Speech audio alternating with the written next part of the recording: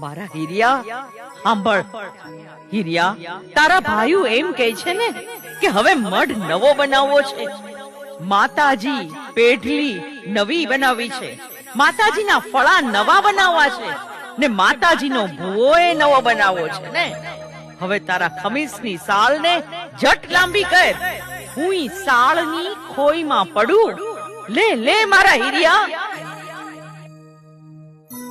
મારા હીરિયા, હવે આ ગામને મૂકીને, તારા ભાઈઓને મૂકીને ગામ વટી, ગામનો સીમાડો વટીને હાલવા માંડ. હું તારી મેલડી બોલું છું. જોજે હો માં, મને પારકા ગામના પાદરમાં લઈ જઈને છેતરતી નહીં હો મારી. જોજે તારી વસ્તીને કોઈના ઓશિયાળા